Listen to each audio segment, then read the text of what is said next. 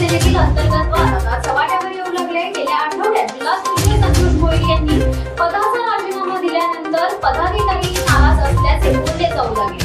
ही नाराजी थोपवण्यासाठी आमदार महेंद्र धोबे यांना कसरत करावी लागणार आहे। जर वेळीच अमलबजावणी केला नाही तर आगामी काळात होणाऱ्या स्थानिक स्वराज्य संस्थांच्या निवडणुकीत याचा मोठा परिणाम असल्याचे बोलले जात आहे। सतीश गावंड आणि सुप्रिया पाटील यांचा हजारो कोटींचा चिटफंड घोटाळा तसेच भिडगटावरील बबली बंटीचा घोटाळा प्रकरण ताजे असताना उरणमध्ये आणखी एक घोटाळा समोर आलाय। उरण येथील धाकटी सुई यांच्यावरील रेश्मा अमित घरत आणि सुजाता घरत यांच्यावर एकूण 85,60,000 रुपयांचा घोटाळा केल्याप्रकरणी 48/19/2025 नुसार उरण पोलीस ठाण्यात गुन्हा दाखल केला।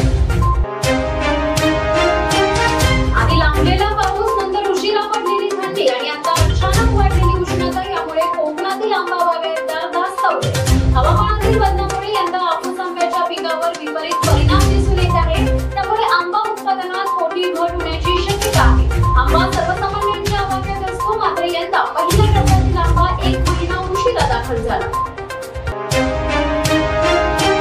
शास्त्रज्ञ समाज संस्था, lions club Alibag, lions health foundation आणि दोस्त मुंबई यांच्या संयुक्त विद्यमाने मोफत नेत्र तपासणी, मोतीबिंदू शस्त्रक्रिया आणि भव्य आरोग्य तपासणी शिबिर भरवण्यात आले।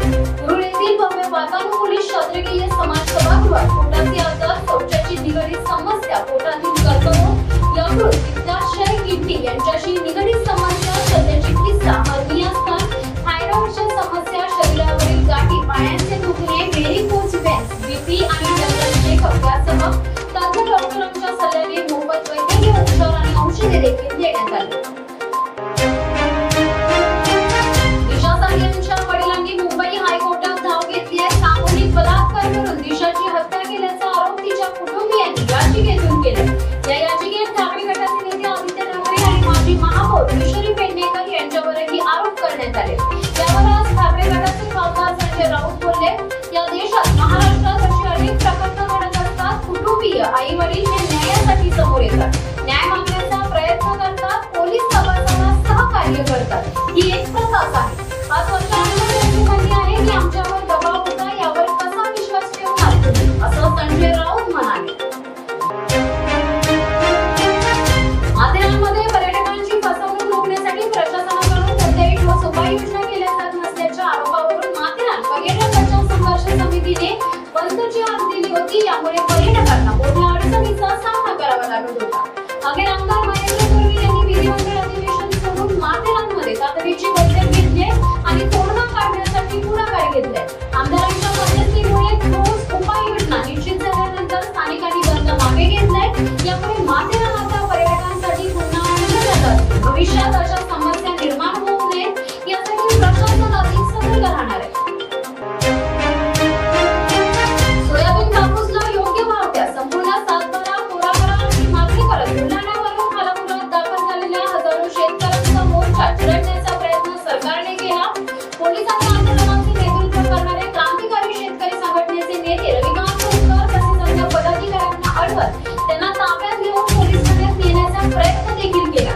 यावेळी पोलिसांनी बळाचा वापर केल्याने शेतकरी आणि पोलिसांमध्ये जोरदार लढा झाला।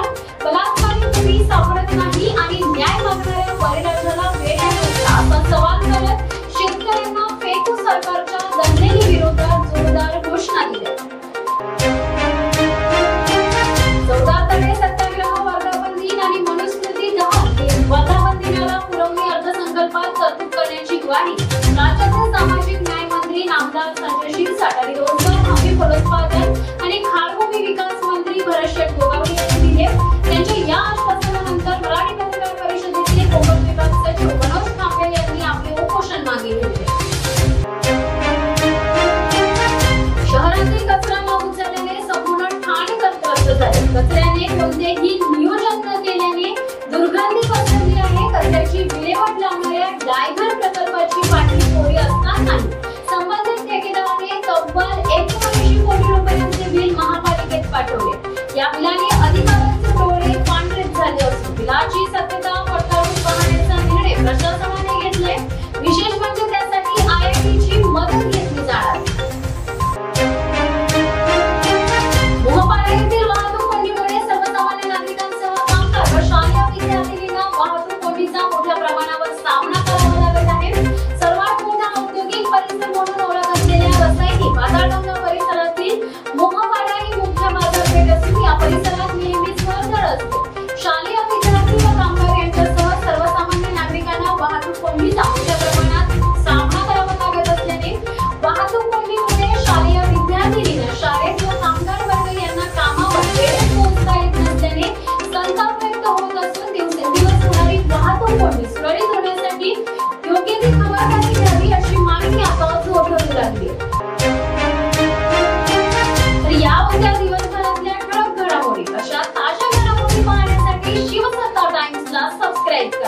तुर्तास धन्यवाद.